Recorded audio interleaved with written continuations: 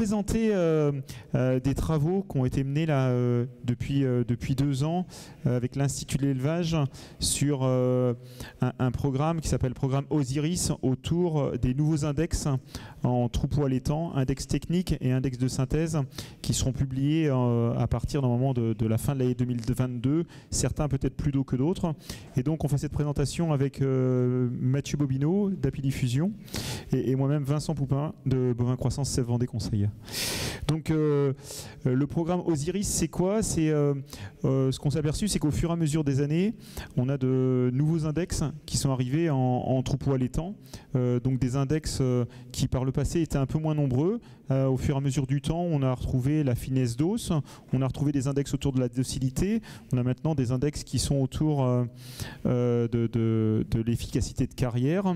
Et donc l'afflux de ces nouveaux index qui sont calculés au fur et à mesure du temps, à raison d'un nouvel index tous les 2 ou 3 ans, fait que pour un éleveur allaitant, savoir bien lire la valeur génétique de son animal, c'est assez difficile parce qu'il faut que dans sa tête, il fasse la synthèse de tous ces index et qu'aujourd'hui, on a quelques index de synthèse qui existent, mais qui prennent plus ou moins en compte ces nouveaux index qui sont sortis. Parce que sans quoi, un index de synthèse qui était déjà publié par le passé, si on intègre de nouveaux index dedans, ça veut dire qu'il change. Donc la hiérarchie change dans le troupeau. Et donc on va dire que les index de synthèse jusqu'à maintenant changent peu, mais malgré tout, il y a de nouveaux index élémentaires qui arrivent. Et donc, pour que l'éleveur arrive à les interpréter, c'est bien de reprendre ces nouveaux index dans des futurs index qu'on va appeler index techniques. C'est pour ça qu'il y a eu un groupe de travail qui a été mis en place, qui était le groupe de travail Osiris, qui était de travailler justement sur la publication de ces nouveaux index. Plus, comme je mets sur ma diapo, plus les index sont nombreux, plus il devient difficile d'en faire la synthèse pour faire le choix pour l'éleveur de ces animaux, des accouplements. Donc il y a eu ce programme piloté par l'Institut de l'élevage où on retrouvait autour de la table des représentants des races, des entreprises de sélection et des gens de la famille des bovins croissance. Et tout ça, l'objectif, c'est de travailler à cette rénovation d'index. Alors concrètement, on parle de quoi? On parle en fin de compte d'index et demain d'index technique. Donc d'index technique où il va y avoir demain un choix à la carte qui sera proposé aux races. Alors l'objectif, c'est pas de faire n'importe quoi. Dans ces index techniques, on combine des choses qui sont des index élémentaires, mais avec derrière en toile de fond un intérêt technico-économique. C'est-à-dire par exemple, si je prends l'index faciès de naissance, un animal qui a un index faciès de naissance qui serait très bon. À partir du moment où je mets dans un index technique cet index faciès de naissance, si je prends les animaux qui sont très bons en index faciès de naissance et que je prends 50% de l'index faciès de naissance de la même manière pour tous les individus et toutes les races de la même manière, je vais peut-être conduire les races tout doucement à avoir des animaux qui vont avoir une finesse d'os par exemple, ou donc des poids naissance à la naissance de plus en plus faibles. Et ce n'est pas forcément la volonté de la race. Parce qu'en fin de compte, la volonté d'une race, c'est d'avoir des veaux qui ne soient pas très gros à la naissance pour qu'ils passent bien. Mais d'avoir des veaux le plus petit possible dans une race, ça va conduire automatiquement à avoir des poids au sevrage qui seront plus faibles. Parce qu'on sait qu'en général, plus un veau n'est pas lourd à la naissance, plus il aura un poids au sevrage qui ne sera pas lourd. Alors qu'en fin de compte, le poids au sevrage, c'est un bon indicateur du futur poids de la génisse à 2 ans et de son poids de carcasse après-demain. Donc en clair, plus j'ai une génisse qui a un poids au sevrage qui est lourd, plus j'aurai après-demain un poids de carcasse élevé. Donc travailler à des veaux qui naissent vraiment tout petits, c'est pas forcément intéressant économiquement. Et donc dans un index technique, ce qu'il va falloir arriver à faire, c'est d'arriver à mettre un certain pourcentage de cet index dans cet index technique sans défavoriser la race demain d'un point de vue économique. Et donc c'est bien ça l'objectif de ces index techniques, c'est de combiner des choses mais qui ont un intérêt économique.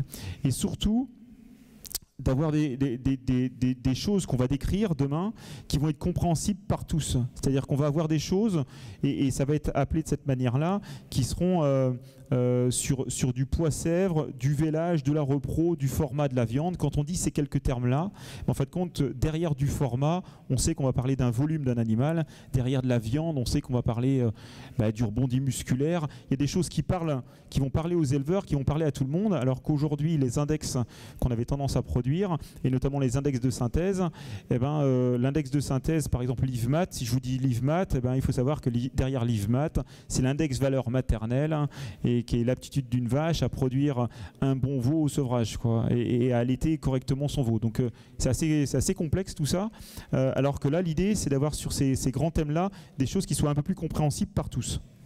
Alors donc les différentes races vont avoir ces choix-là de publier ces index techniques ou non. Et elles vont pouvoir combiner un certain nombre de choses, mais par exemple, elles vont pas pouvoir faire tout ce qu'elles veulent. L'idée, c'est quand même qu'on ait quelque chose qui soit cohérent au sein de toutes les races allaitantes. Et donc, dans Poids-Sèvres, on aura en fin de compte quelque chose qui va être le poids de 110 jours. Si je prends le petit... Ouais, ça ne marche pas ici sur ce diagramme. Mais si je prends le Poids-Sèvres qui est ici, on va reprendre du poids de 110 jours, et puis on va reprendre de l'aptitude au vélage, de l'aptitude laitière, de la mère, quoi, par exemple. Et ça sera pour toutes les races. Alors après, elles prennent le pourcentage qu'elles veulent, les races, mais ce sera pour toutes les races de la même manière. Derrière la composante vélage, on va reprendre du poids naissance, on va reprendre des conditions de naissance, et on va reprendre de l'aptitude au vélage. Et à chaque race de combiner après à sa sauce, dans l'intérêt économique, bien sûr, de la race. Donc ça, c'est ces deux premiers qui existent, Poids-Sèvres et vélage, c'est déjà deux composantes qui existent déjà, en fin de compte, qui sont publiées ou non, parce que Poids-Sèvres, il est publié, vélage n'est pas publié jusqu'à maintenant, mais c'est des choses qui existent déjà. Par contre, les quatre thèmes qui arrivent derrière, les quatre nouvelles combinaisons qui vont être autour de la repro.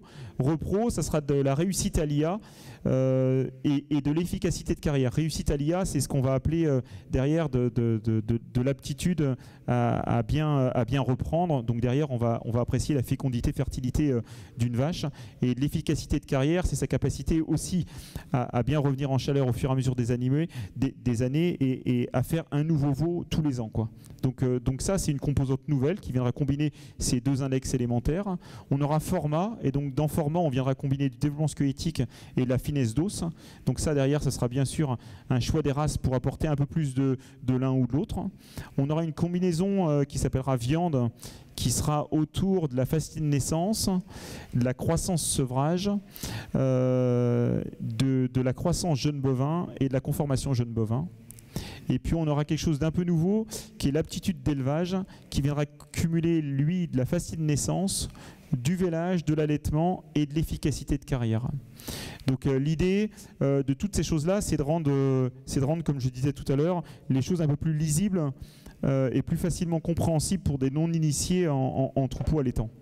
L'idée, c'est que derrière... Si je reviens en arrière, excusez-moi, on était bien sur 6 nouveaux index techniques qui vont être proposés aux différentes races. Elles prennent ou elles prennent pas, mais c'est une possibilité. Avec la combinaison qui décide en fonction de ces différents index techniques. Un nouvel index de synthèse qui va arriver, qui va être Renouve. C'est là où Mathieu va vous présenter des choses qui ont été faites notamment par l'OS Charolais Plus, où il y a des vrais travaux qui ont avancé là-dessus, il y a des choses intéressantes à vous montrer. Et donc Renouve, lui, c'est un nouvel index de synthèse qui va sortir en troupeau allaitant, qui globalement va être repris, lui, dans toutes les races, qui va venir combiner des choses qui seront un petit peu différentes qu'avant. Avant, on avait l'IVMAT. Alors l'IVMAT, c'est notre index de synthèse aujourd'hui en troupeau allaitant. L'IVMAT, lui, combine de l'index facilité de naissance, du croissance sevrage, de la morphologie au sevrage, c'est ce qu'on appelle le DMDS, développement musculaire, développement squelettique. Il combine de l'aptitude au vélage et de l'allaitement. Donc ça, c'est notre IVMAT. Et en fin de compte, notre nouvel index de synthèse, lui, va toujours combiner de la vèle et de l'allait. Il va reprendre l'IFNES qui était ici, on le retrouve là, c'est toujours le même, c'est de l'IFNES. On va prendre la croissance, mais ça ne sera pas de la croissance au sevrage, ce sera de la croissance post-sevrage en ferme, c'est donc le poids à 24 mois des animaux, des génisses. On va prendre en compte de la morphologie à 24 mois de ces mêmes génisses. Et on va prendre de l'efficacité de carrière. Donc de l'efficacité de carrière, ça veut dire l'aptitude d'une vache à se reproduire tous les ans et à refaire tous les ans des nouveaux veaux. Donc là, on vient apprécier bien sûr la fertilité des animaux. Et donc ça va composer ce nouvel index Renouve, cet index de synthèse. Cet index de synthèse, si l'éleveur il trie ses animaux sur Renouve, ça veut dire qu'il a tendance à sélectionner des souches chez lui qui vont avoir tendance à bien produire. Donc à produire tous les ans des veaux. Parce qu'en fin de compte, que le veau il soit gros ou petit, c'est plutôt intéressant s'il est gros tous les ans pour le résultat économique de l'éleveur. Mais ce qui est surtout super important, c'est que la vache fasse un veau tous les ans, quoi. Donc Renouve, il viendra combiner quelques éléments qui sont nouveaux, qui jusque-là n'étaient pas pris en compte dans l'IVMAT, qui demain le seront. Donc Mathieu vous fera voir des choses un peu plus concrètes par rapport à ça derrière, quoi. Donc ça c'est tout nouveau et ça arrive assez rapidement parce que Renouve, vous voyez, c'est ce nouvel index de synthèse qui est ici. Et Renouve, en race charolaise, on le retrouve à tous les coups.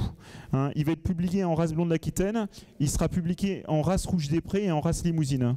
Après, les nouvelles composantes que je vous ai citées tout à l'heure, Poissèvre, c'est déjà quelque chose qui est publié. Hein. Poissèvre, il est déjà publié, il n'a pas ce nom-là, il a un autre nom, mais donc tout le monde l'a reconduit. Après, les autres, vélage, repro, format, viande, vous voyez qu'en race charolaise, ils sont repris dans leur ensemble, mais qu'après, par exemple, la race partenaise, aujourd'hui, a fait le choix de publier simplement format, et les autres, elles décident que dans un premier temps, elles ne souhaitent pas les publier. Alors, c'est pas pour ça qu'une race n'a pas choisi de les publier aujourd'hui, qu'elle ne les publiera pas demain. Hein, mais c'est une possibilité. En race limousine, ça ressemble fortement à la race charolaise, où l'objectif c'est que ça soit tout publié.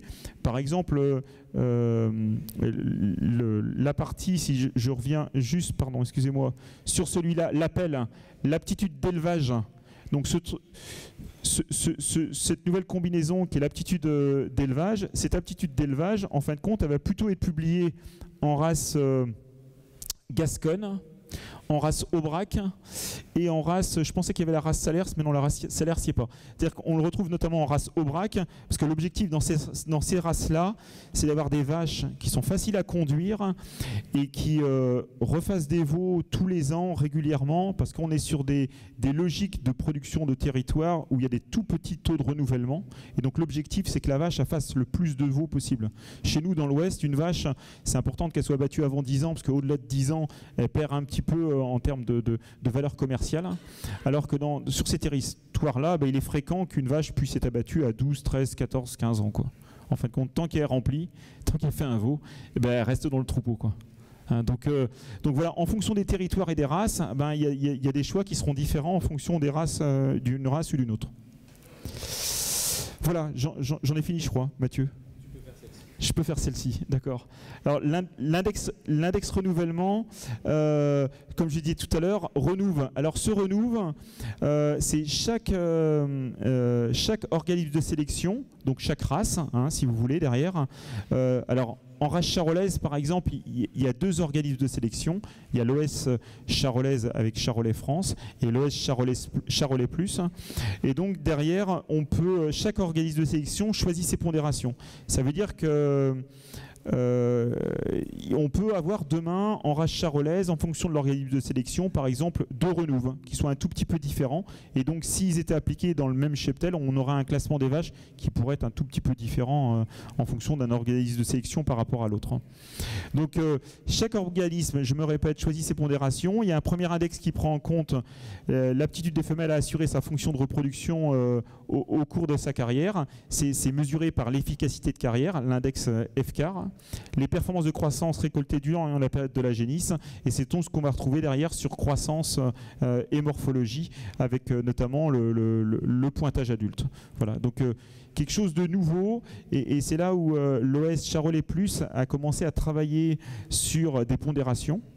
Et Mathieu va vous faire voir un peu entre un taureau hier qui était et qui le sera encore demain, hein, avec un index de synthèse publié sur l'IVMAT, et ce même index Renouve, ça va nous permettre de voir qu'il y a des taureaux qui vont avoir un certain reclassement. C'est normal qu'il y ait des reclassements parce qu'on ne parle pas des mêmes choses, hein. Mais peut-être que ce reclassement va conduire les éleveurs à porter leur choix sur un taureau un peu différent par rapport à leur stratégie d'élevage, par rapport à ce qu'ils avaient avant. Voilà.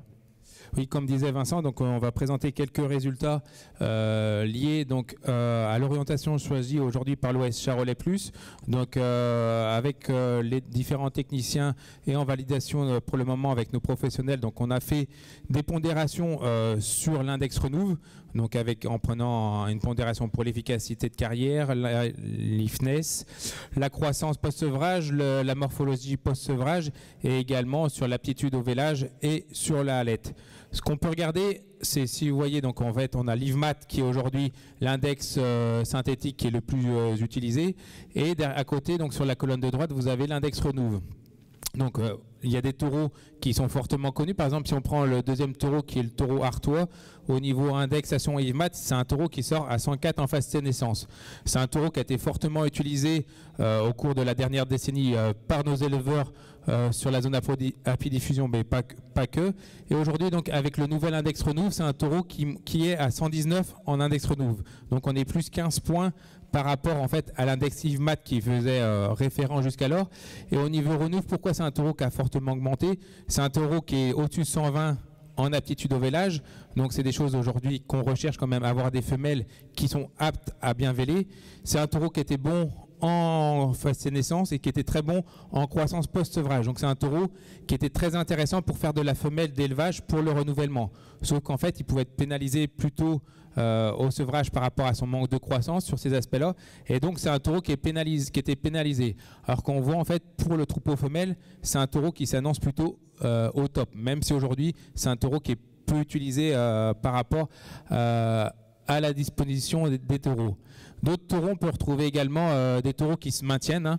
Quand on peut prendre Guetta, qui est un taureau qui est actuellement disponible, qui sera à 124 en IVMAT, il sera à 121 en Renouve. C'est un taureau qui a baissé un petit peu en indexation de 3 points, mais il reste plutôt stable. Et à l'opposé, on peut avoir des taureaux qui ont perdu beaucoup plus de points. Par exemple, vous prenez le dernier taureau qui est en bas, qui s'appelle Ouzouerp, qui est à 111 en IVMAT, et par contre qui sort en index Renouve à 102. Donc, en fait, on va avoir un reclassement de nos taureaux par rapport en fait au devenir des femelles dans le troupeau. Donc le Renouve, comme le disait Vincent, c'est plutôt dans le but d'une production de femelles pour le renouvellement du troupeau. Et donc on tient plutôt compte de données qu'on n'utilisait pas jusqu'alors, qui étaient le pointage post-sevrage, les croissances post-sevrage. Donc toutes ces données-là jouent énormément.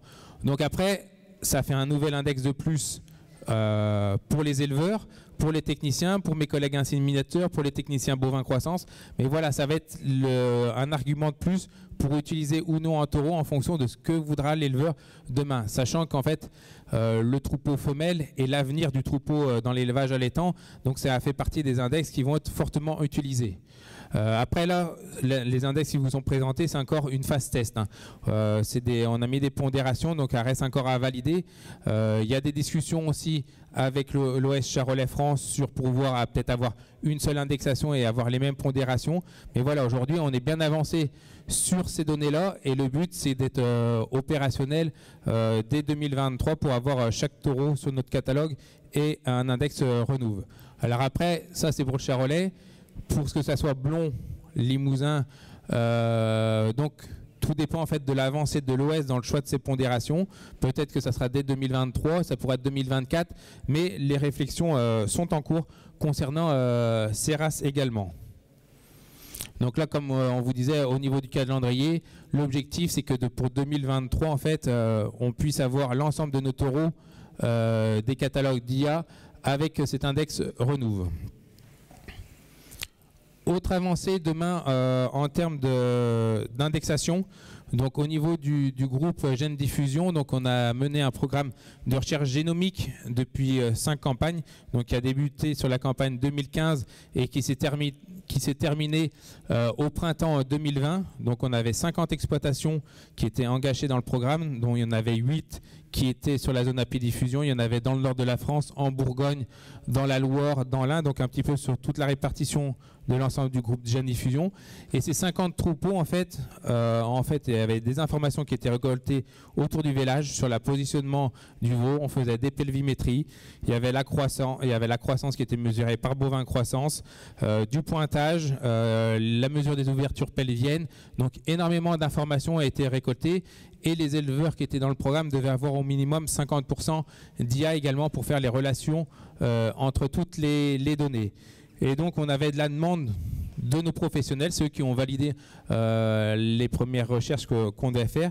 Et donc là on va sortir pour l'automne 2021, donc dès le mois d'octobre, un nouvel index génomique qui s'appellera l'index durée de gestation, et plus précisément il s'appellera DGEST.